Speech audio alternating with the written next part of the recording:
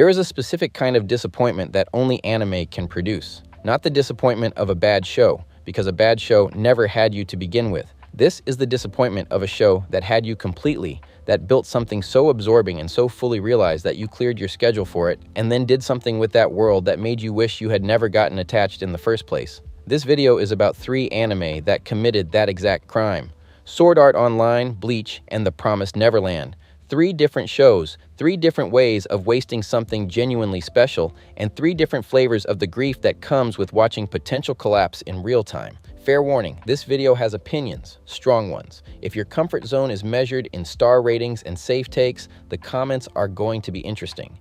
Start with Sword Art Online because Aincrad is one of the most seductive premises in the history of the medium, and what happened to it still bothers me years later. The setup is almost unfairly good. 10,000 players trapped inside a virtual reality MMORPG, where dying in the game means dying in real life. 100 floors to clear, no one coming to save you. The only way out is through. That is not just a good anime premise. That is a premise with enough weight to carry years of story if someone wanted to take it seriously. And for a stretch, SAO does take it seriously. The early episodes of Aincrad have a texture that most isekai and virtual world anime never get close to. The loneliness of players who have stopped trying to clear the game and built lives inside it instead. The psychological weight of living in a world where every fight could be your last. Kirito operating as a solo player, not because he is cool and mysterious, but because the guilt of surviving when others did not has made connection feel dangerous. There is a real story in there about what people do when the world they are trapped in starts to feel more real than the one they left behind. Aincrad deserved 2 full seasons minimum. It deserved to sit inside that world and let it breathe and let the 100-floor premise actually mean something. Instead, it got cleared in 25 episodes, rushed through in a way that skipped entire chunks of what should have been the emotional core of the series, and then the show moved on to a different virtual world with a different premise and a different tone, as if Aincrad had just been the opening act. It was not the opening act. It was the whole thing. Everything SAO did after Aincrad is the story of a show running away from the best version of itself, and the further it ran, the clearer that became. The fairy dance arc that followed is not just weaker than Aincrad, it is weaker in ways that retroactively damage Aincrad by revealing what the show's priorities actually were. The world was not the point. The world was the set dressing. That realization, when it lands, is a particular kind of betrayal.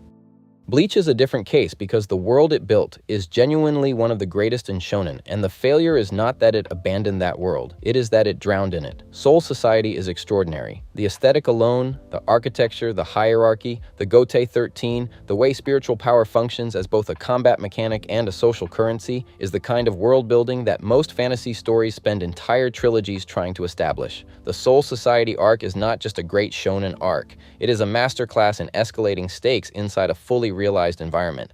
Every reveal recontextualizes what came before.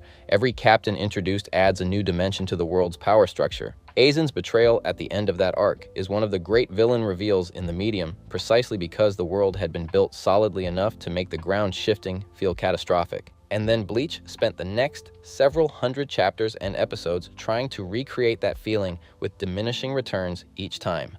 The Hueco Mundo arc has the bones of something great and buries them under an endless parade of fights that go nowhere. The Fullbring arc exists in a way that is difficult to justify even charitably.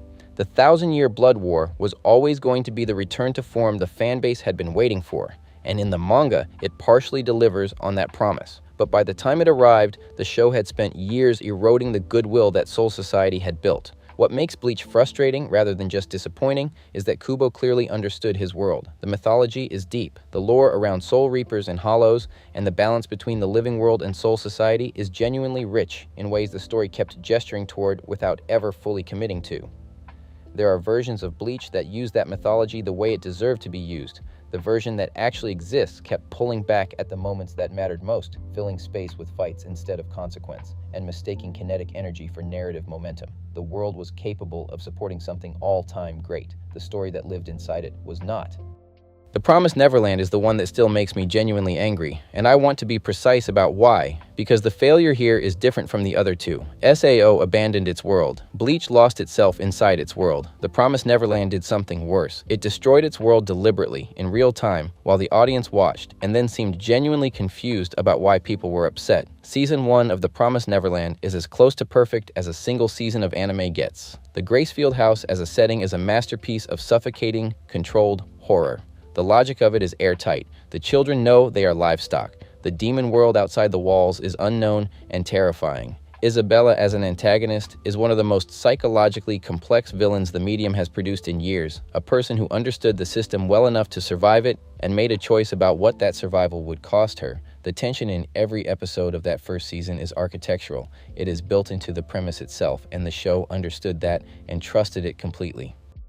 The escape at the end of Season 1 is earned in a way that very few payoffs in anime are earned. You feel the air change when those kids get over that wall. You feel the size of the world opening up, and the promise of Season 2, the outside world, the Demon Society, the mythology hinted at in William Minerva's messages, was one of the most exciting setups for a second season in recent memory. Season 2 skipped almost all of it. The manga content that Season 2 adapted was compressed beyond recognition. Entire arcs that built out the world and gave the promise of Season 1 somewhere to go were either rushed through in minutes or cut entirely. Characters who should have mattered were gone before they registered. The demon world that had been built up as this vast, terrifying unknown was reduced to something that felt small and unfinished. And the ending, the actual ending of the series, landed with a hollowness that was not the result of a creative choice that failed, but the result of not enough time being given to the creative choices that needed to be made. The cruelty of The Promised Neverland is that Season 1 set a standard that made Season 2's failures more visible than they would have been otherwise. A mediocre follow-up to a mediocre first season is just a mediocre show.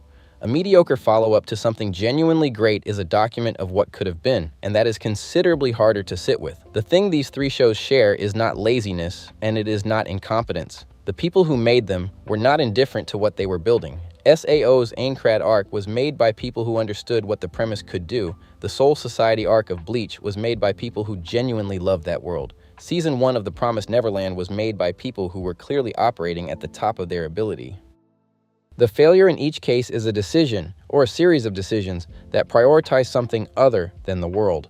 Commercial momentum in SAO's case, pushing to the next arc before the current one was finished because the property was hot and needed to keep moving. Structural habits in Bleach's case, a storytelling approach built around fights and reveals that worked brilliantly once and became a cage. Production pressures in The Promised Neverland's case, a second season that did not have what it needed to do the job and went ahead anyway.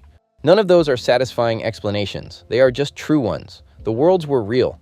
The stories that lived inside them were not always worthy of them.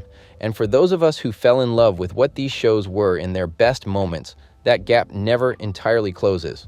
Drop a comment with the anime that did this to you personally, the one that built something you believed in and then broke it.